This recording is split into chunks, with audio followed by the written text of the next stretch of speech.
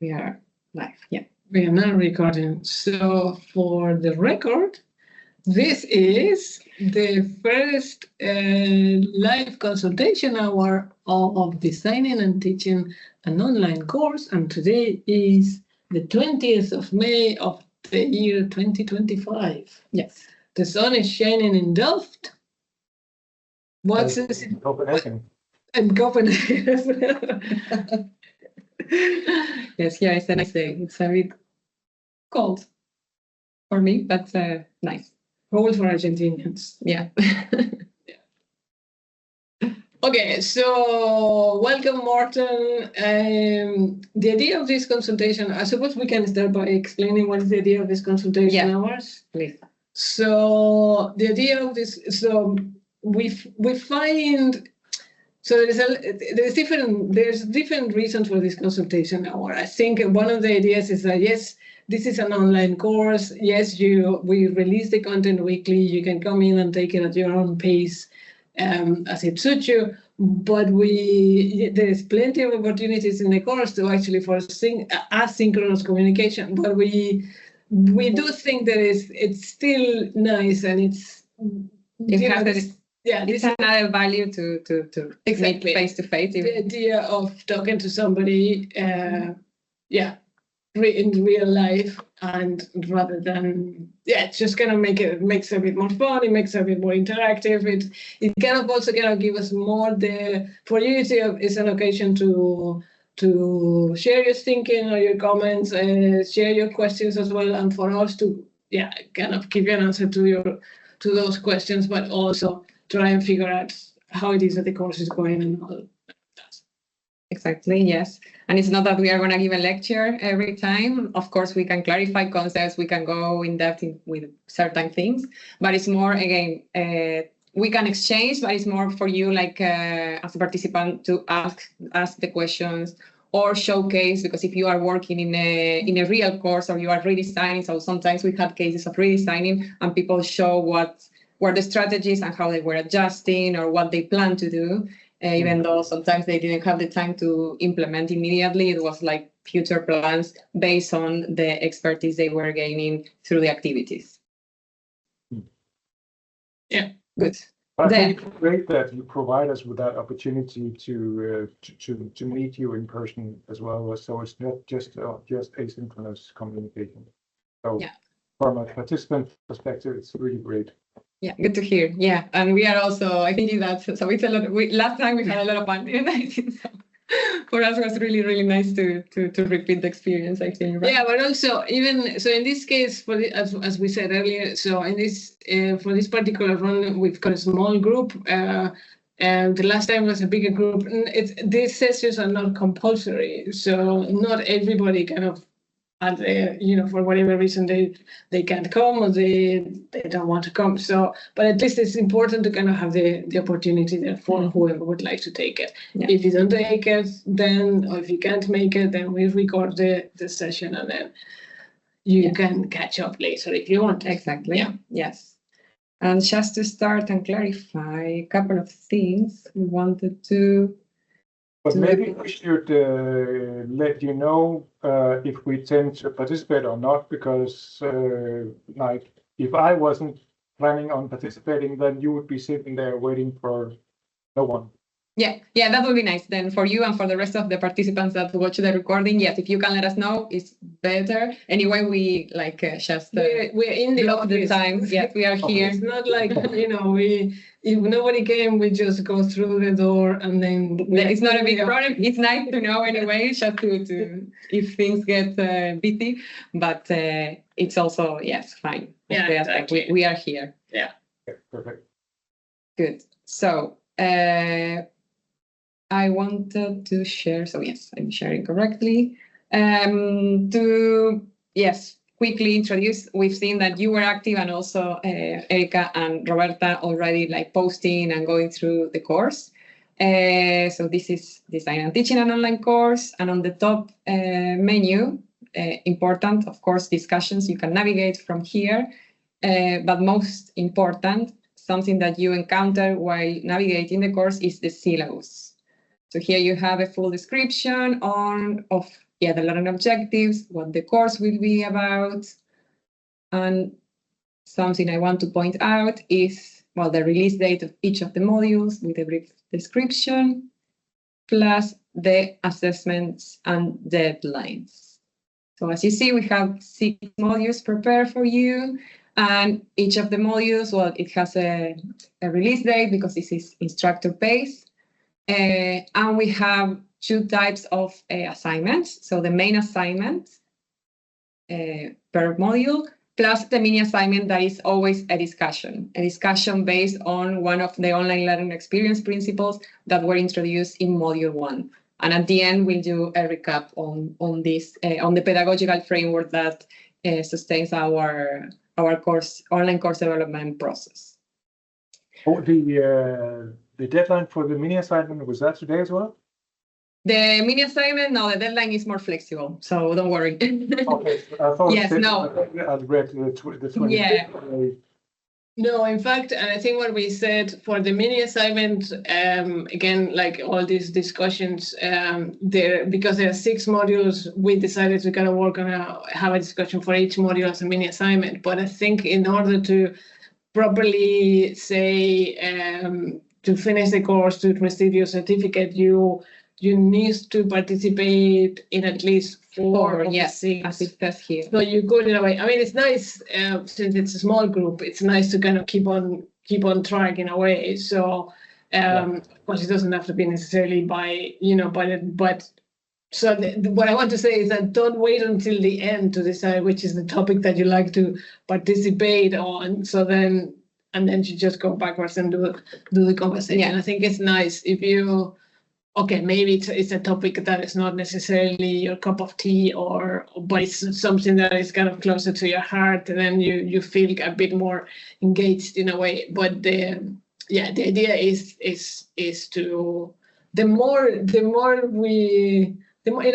you give us, you as the participants, the better the conversation is, because then that's when we come in to actually have the conversation rather than. So it's not necessarily for you to write a post and just leave it there, but in a way to make you think, to help you think, and then with the other course participants to also see where things are going and how we can support each other or challenge each other in a way, the different opinions. Exactly. So, actually, I want to participate in and to complete the mini assignment, but I finished the main assignment 7 minutes in deadline, because I've had so many deadlines last week, and because of the problems with reloading, and so I want to participate in it. Tomorrow. Okay, so we do. I mean, we are flexible. Yes, I was gonna mention. It's not that. It's not that it's not that by May the 20th at exactly 12 o'clock, the window closes and exactly. you can't come in again. No, it's not like that. We are super flexible. And the fact that you're a small group even makes it a bit more flexible, because then it's kind of less pressure on us to kind of respond to, say, 15 people. So. Yeah, so that's part of our flexibility. So on the flexibility, let's say, principle, since it's a small course, it's aimed for professionals, busy professionals, and we have the availability. So the deadlines are not hard deadlines. So don't worry about that. Really nice that you were like in the 7 minutes. So I know this because this morning I checked the other 2, and then I saw that you posted as well. So nice, the submissions. But yes, it's flexible. We request more or less like Tuesday. So it's nice to have. Because then we join the meeting knowing what was there, if there was any struggle. So at some point, activities might get more complex, and it's nice for us to see where the struggle was, so we can come a bit more prepared on how to advise you better. Or you could it could actually even work so if you start working on a task, for example, and you get stuck because you're not 100% sure, then you could still come to the consultation hour, ask your question, and then submit after the consultation hour. Yeah. So what I mean, so for that, it doesn't have to be necessarily kind of by tonight, but you could submit sometime on Wednesday or even Thursday. Yeah. See what I mean? So Well, that I think that the mini assignment was a discussion forum, yeah, and it's just it's so hard to get discussion forums to be engaging and motivating, and it's only motivating if the other ones are also post a reply, and I was feeling so so guilty of not participating in that mini assignment. yeah. That's it's usual. That's what happens with the discussion forums, right? Like everybody. Well, I was going to say everybody hates them. It's not that, so nobody really loves discussion forums, but everybody loved reading what other people have posted. See what I mean? So, but the idea of this, the discussion forums, so this kind of little exercises is to make you think about a particular subject. So take them also as some kind of a reflection. Each of those discussions on the module will actually make reference to one of the online learning principles that we introduced in module 1. Yeah. So take them also as a kind of a reflection exercise, as in to make me think about this particular principle in a bit more detail. Yeah. Exactly. Yes. And then, yes, just to say, well, you already mentioned, then the discussions 4 out of 6 are the ones that we request to get the grade, but you, of course, are invited to post in all of them. You have an idea here on what they will be about, but you know the principles now that you have been through module 1. Deadlines, again, are suggested, but we are flexible with that. And something I would like, because it's the first time we are doing this. So there are 2 assignments. So module 5 and 6, we still have some time to reach them, and we'll remind everybody about this. So the submission of one of them is optional. So you can choose module 5 or module 6 on engaging with your audience or evaluating your course. If you prefer to do one, the other, or do both, and then one of them will be taken, like say, for the grade, but we will give feedback on both. And that is because, again, we understand people are busy. If we see, like, the rhythm of the course, so we start gradually. The module 3 and 4 are the ones more demanding, and the ones that will require, I don't know if more work, but yes, more time thinking or rethinking what you are designing. And then for module 5 and 6, it happens sometimes that people are submitting again some of these 2, not because the submissions were incorrect, but because in our experience, learners would like to get feedback, like, because these are the ones based on the design of the course, let's say. And then it's module 5 and people couldn't finish module 4. So again, this is a way of bringing flexibility as well into the course. So yes, when module 5 and 6 are there, we'll remind you anyway. But yeah, it's a bit of explaining this first explanation here. Good. Then what else we can show? You have already experienced module 1, so you know how the course is structured. So you will find in every module the same. So an introduction with activate your knowledge activity that we try to vary into other tools or different ways of reflecting on something that will come later. Some study material to read and go through. Then the assignment with the instructions plus the template, the mini assignment that is the discussion, and then the wrapping up. All right. Good. Another thing is that we thought how to illustrate an online course, and then since we are both Spanish, I'm Argentinian Spanish, and Bea is Spanish 100%. We said, oh, let's explain through a paella how course, an online course can be designed. So you'll find in each of the modules an example with the paella on, how to start the design process, right?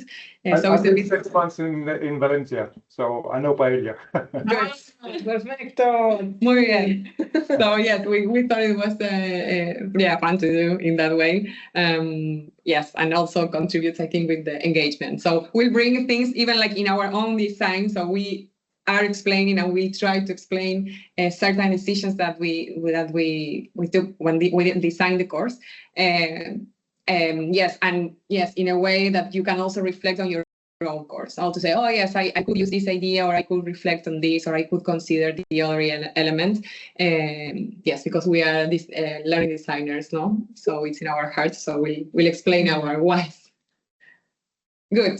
And what else do I want to show? Miro. So what was your experience with Miro until now? I must admit that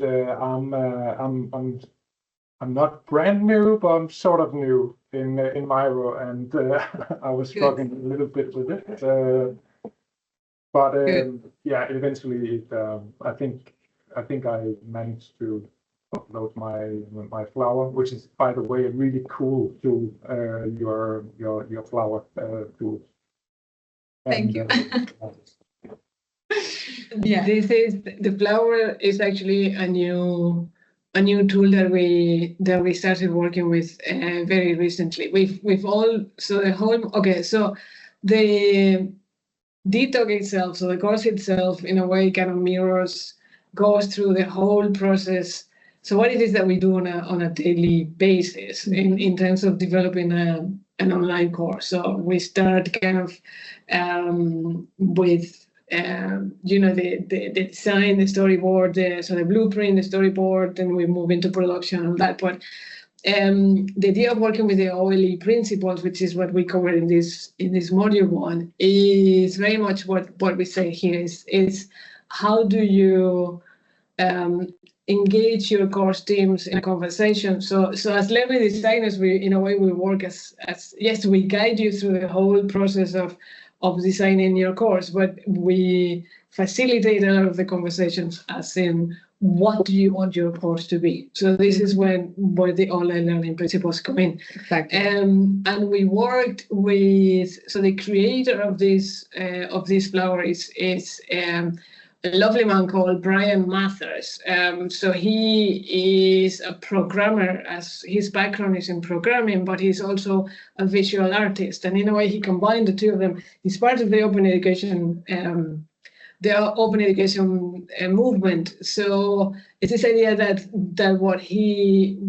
we do something, we create something that has value for somebody else, and we immediately kind of put it out there for somebody else to use, which is the case of the remix, the Flourish remix, but pretty much any other remixes that he has created in this. I don't know if you kind of got curious or if you had the time to actually explore any of the other remixes, but the idea is to create a visual that anyone can interact with and change it, and then you can just polish it or keep it and all that. So we worked with Brian to create the Flourish remix, because we wanted a visual representation of what those principles look like. Yeah, and you can adjust as you like. You can turn to. Oh, yeah. I like to do that. Yeah, so but you can adapt it completely. You can change all the text. Wait, it's difficult to look at there. Yeah. So here, this one can be adjusted. The principles can be adjusted from here. You can remove, you can add as well. And again, it's an open tool. So in this case, it was, yes, under our request here. But since we are also open and we like sharing, of course, and it's Brian's aim as well to share with the world what we do. And so if you are curious, you can see all the projects going on and using it, which is not only on course design, but other projects as well. Yeah. I think it's a really cool tool. You know the APC workshops. You know them? No. Mm-mm. They're from Open University in London, but they're based on Diana Loila's conversational framework, the 6 different learning activities, and they use more or less similar kind of spider web, but you can't really change the pedals but yours is so flexible that I completely fell in love with it. It's Yeah, good to hear. it is nice. It is nice to see also that other people can actually. So we use it for our courses, and we use it in this course. But then everybody and anybody can actually kind of adapt it, use it, what it is that depending on what your need is. Yeah. So, Yeah. And great to see that there are some flowers there already from the 3 of you. And yes, I wanted to mention with Myro. Sorry. Yeah. Good question. It's just I was thinking when I did my flower. Mm-hmm. Is it can you make the flower without having a quite good idea of the learning objectives and who your target group is? Can you do that? Can you make the flower before that, or? You can because the idea, as I was saying earlier, so the idea of the flower is to kind of have a conversation, right? So we work as facilitators of this conversation. We work with people who want to create an online course. So they know about the content exactly of their course, and we know what's the best way of selling, kind of putting that content online. So if you know the story, we're going to help you put that story online. So, but the conversation is never set in stone. So we start the conversation by saying, okay, so what do you want your course to be? So everybody says, I want my course to be very engaging, right? That's something that everybody wants to have, a very engaging course. So that helps us into, okay, so what is engagement? So what do we mean by engagement? What do you want to do exactly in order to have an engaging course? It's the same thing with contextual. It's the same thing with open, with any of those principles. But you start that conversation, you create a flower that kind of represents that initial conversation. So that's where you started in a way, right?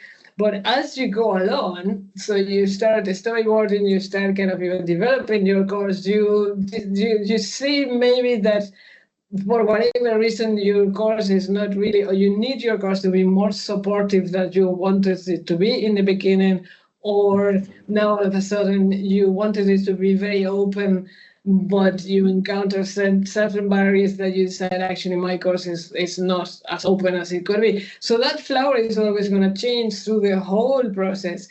It's a way of kind of, so you could have different flowers at different moments. Even at the end, when we talk about evaluation, the idea is to go back to your previous flower and say, the course that I produced in the end, does it actually match what I was thinking of at the beginning?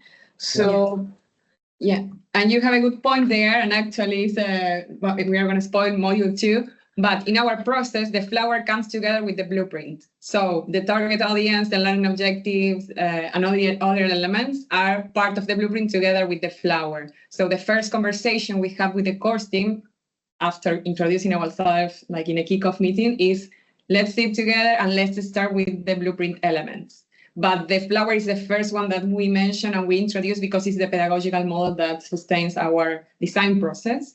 But you are right, so it's together, so it's all together, but the flower is the way that we start this conversation on, okay, what's the vision that you have for your course? How do you imagine at this moment with the knowledge that you have? Because yes, we have diverse course teams. Sometimes they are very experienced in online learning design, and sometimes not.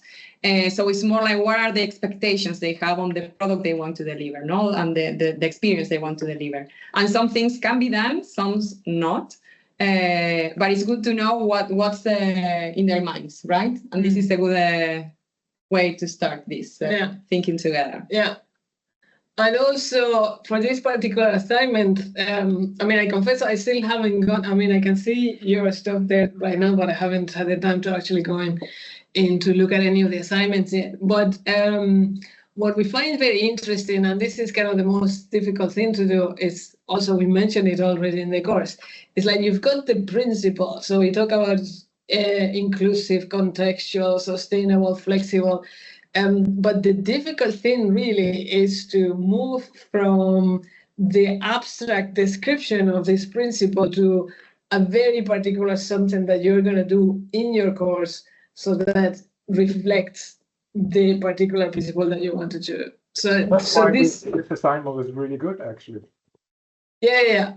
See, so exactly, but it's kind of that's the way you kind of gonna start thinking, right? So because it's very easy to say, yes, I want my course very engaging, and that's an abstract, a nice thought, but a bit abstract for this for the type of outcome we want to have from this conversation, right? So we really ask, okay, engagement, what's engagement for you, right? For example, for us, it's important to have contact. So we say, yes, let's have this consultation hours every week to see and let's really see each other and see where the struggle is. So for us, engagement is defined in that way, right? And we can offer it, so we go for it. Sometimes we know course teams because of lack of time, because of lack of resources, depending on what type of project it is. Then engagement has to be more realistic to their situation. So we have to think in a different strategy. But look, do you want to talk us through a little bit, since you're here, talk us through a little bit about your flower? What do you, I think it was, you were a bit hard because you had 8 petals, but you only gave us 4. Yeah, exactly. And that's on purpose. Exactly. So what was your thought process in order to eliminate 4 of those principles? Well, I had a look at your that PDF, the online learning experience, where you have the printed version. Yeah. And then I looked at each of the sentences that you had to each of the petals, and I thought, well, yes, definitely that one, maybe that one, and then it didn't take that long to find the 4 that I wanted to focus on, because I mean those are also the ones that I like in terms of research in what makes an engaging and learning environment and student learning. Then like the engagement. Engaging, if we don't have the students' attention, then they're not going to learn anything. Contextual, I really believe in real-world application.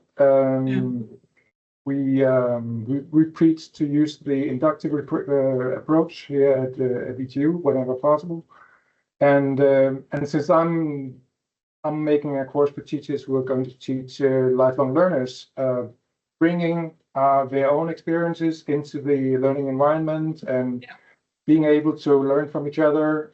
Let's say the DigiWin project, let's say that people from the Danish company Vestas want to learn from Siemens.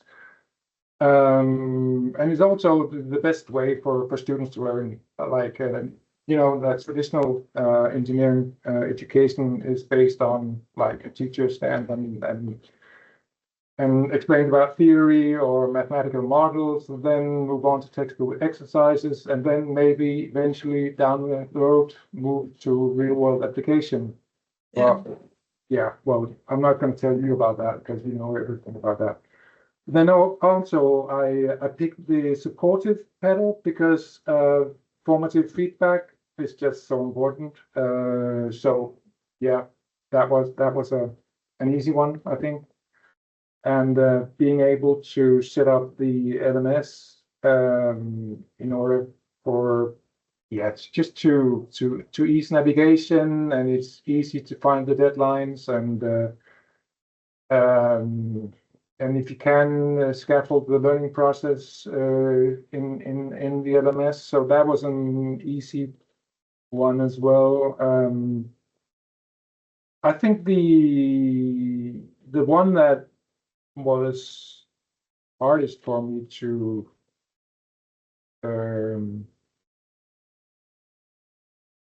leave out was the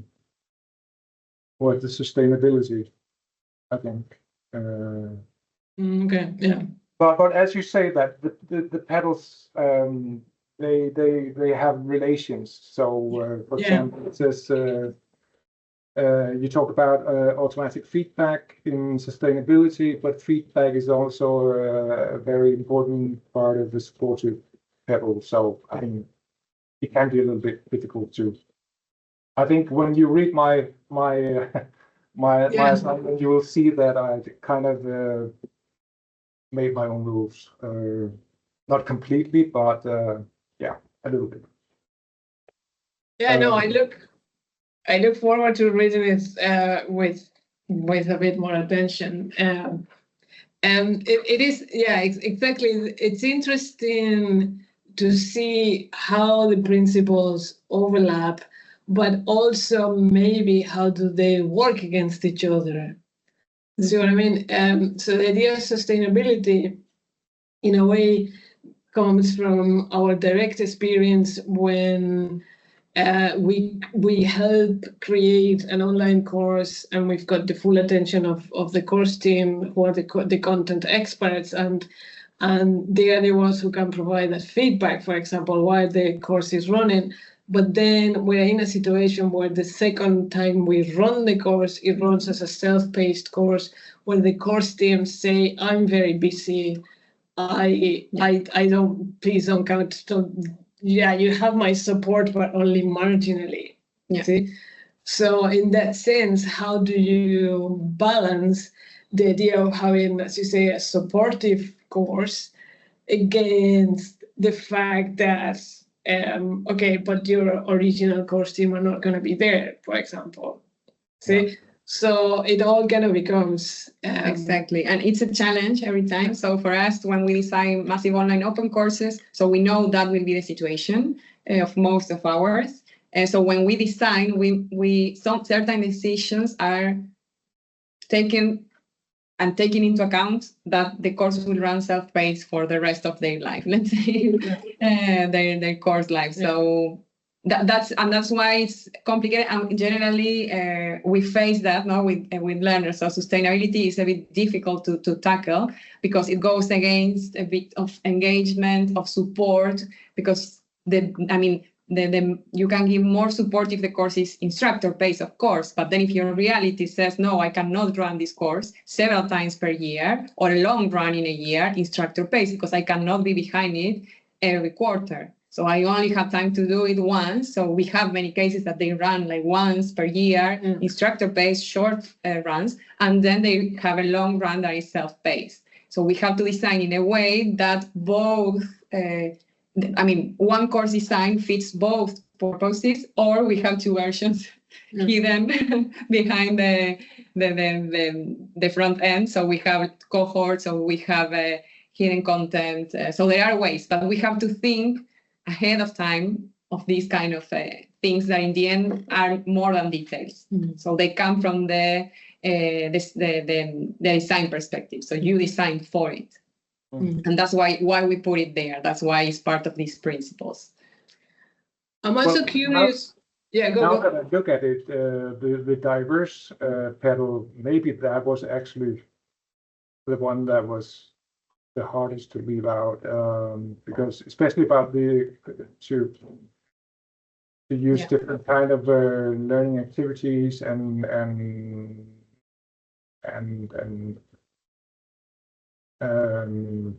different from readings, videos, podcasts. One of my personal interests is how we can use videos to leverage course content, and but not from a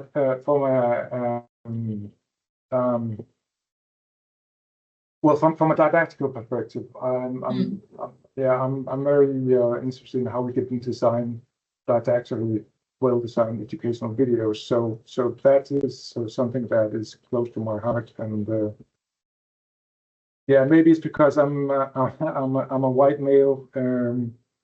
That thing about genders and background and culture. Maybe that was easy to leave out for me. I don't know, but yeah, learners carry out different learning activities. I think those are really important. So yeah, diversity and sustainability, those were the hardest to leave out. Yeah, so in a way that was my question, in a sense, as in, so the petals, the principles that are kind of shorter petals, in that case inclusive, open, and diverse. Is it because they don't necessarily, or you think that they don't necessarily apply to your course, or because they are more difficult to actually realize? See what I mean? Yeah. For me, it was the petals that were related to this course. Yeah. I choose the petals that are most related to this course. Let's say if I wanted to create a MOOC, a completely self-paced MOOC, maybe that would be a different story. I imagine it would be definitely.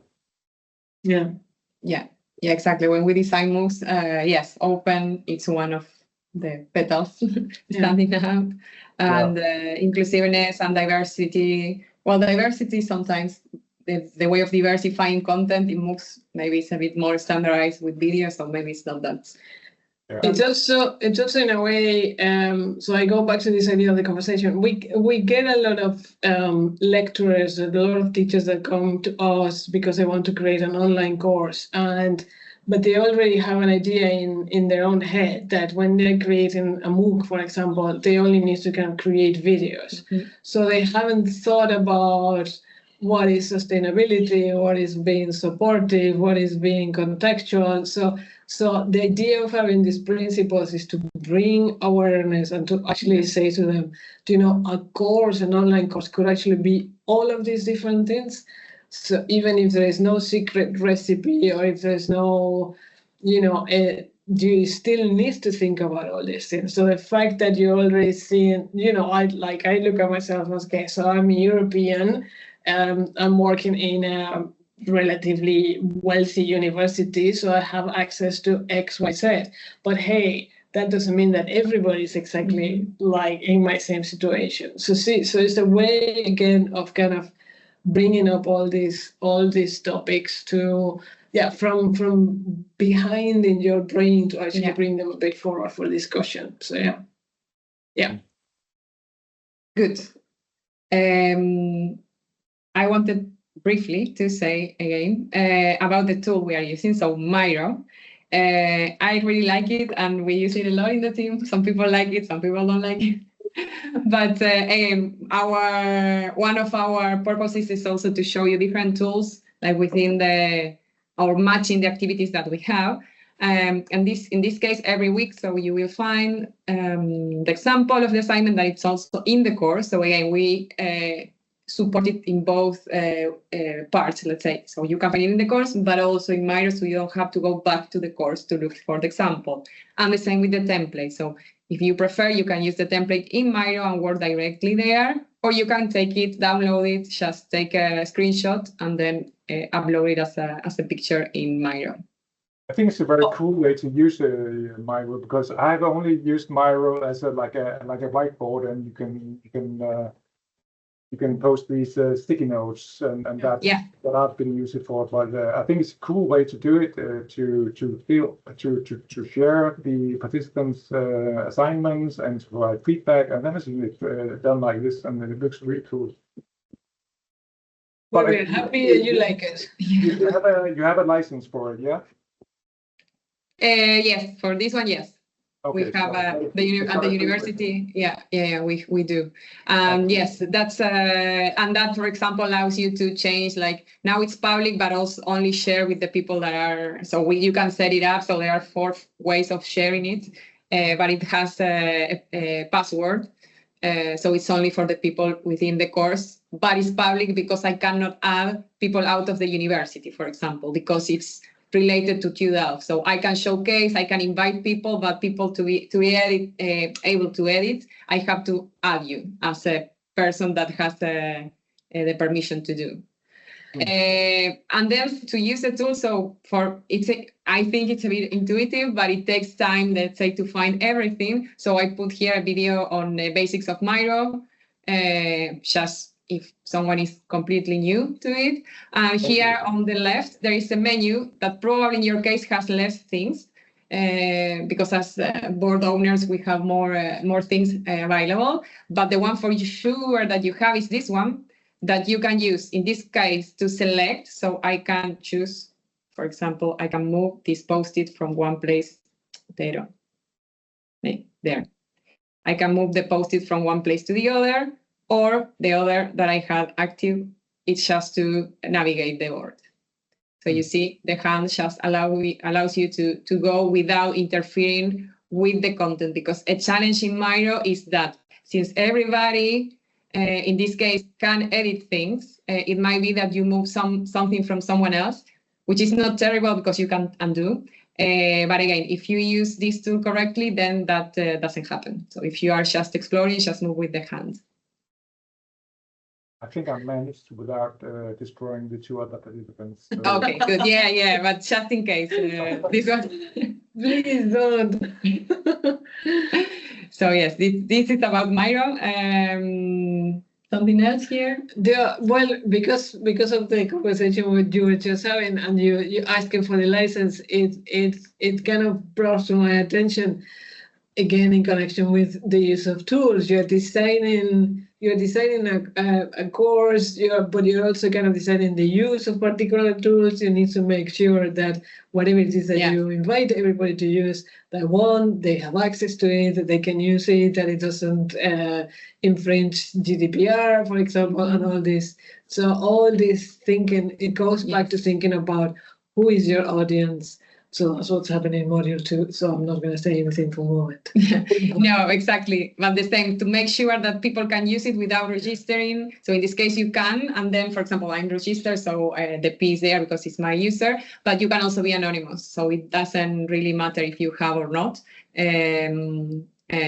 So yes, maybe if you have Miro in some meetings, it can also be used in that way. So it's not that someone has to be registered, but they can just observe and do the post-its only without registering. So yeah, that's also possible in this tool, but it's something to take into account when designing a course, no? And you have to let them know if it goes against something that it's not, like for example, GDPR, if data is collected. So we have to clarify that with our own course teams.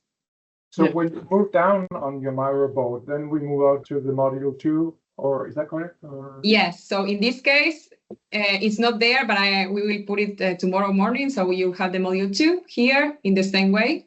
And we follow, the columns that we have now for module 1. But you have, again, the example, the feedback example, and the template there. All right, cool. Mm-hmm. Good. And we will look at... So last year we had a bigger group and we divided who gave feedback to whom in a way, but in this case it's a small group, so I think everybody can give feedback. From both. Exactly. So you will at different times probably, but in a way everybody will read everybody else's. And that's what we want in a way. Yes, we are talking to you as kind of the instructors, but people come with different experiences, different ideas, and that's kind of the beauty of also kind of sharing what it is that you're doing, because you could have comments or so that's great. So on the like below our assignment, it says feedback on assignment. We are supposed to provide feedback to the other participants as well. Yeah. Yes. If you want to. Good points. Yes. We invite you, I don't know if we put it as a request now, but as a requirement, sorry. But yes, it would be nice if each of you can at least give feedback to one. If you are inspired and want to give feedback to more than one, also welcome.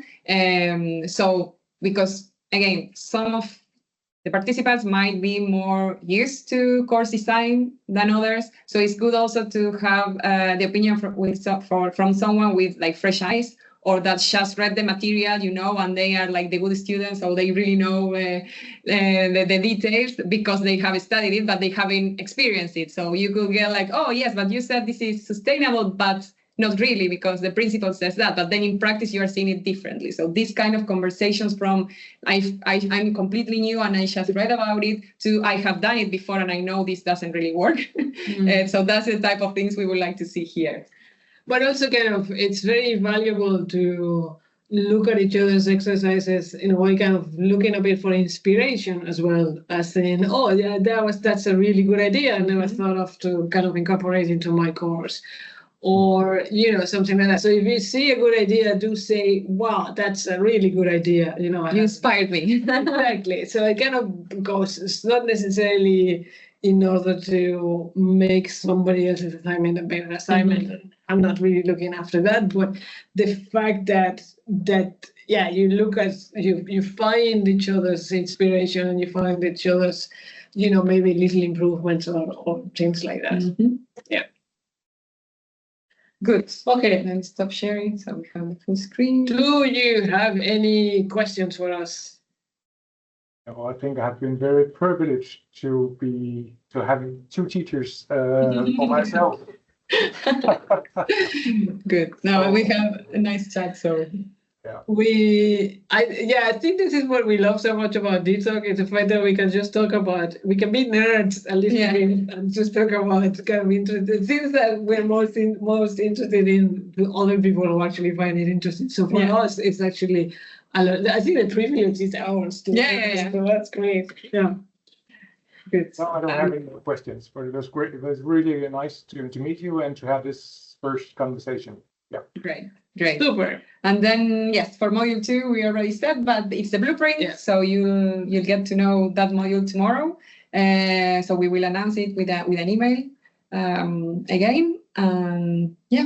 That's it. All right. Any questions I can think of, put them on there. If you think of another question after, either you keep them for next consultation or you can put them directly in the discussion forum on the Q&A about this assignment. So yeah. Perfect. Super. I will stop the recording now. So okay. Stop.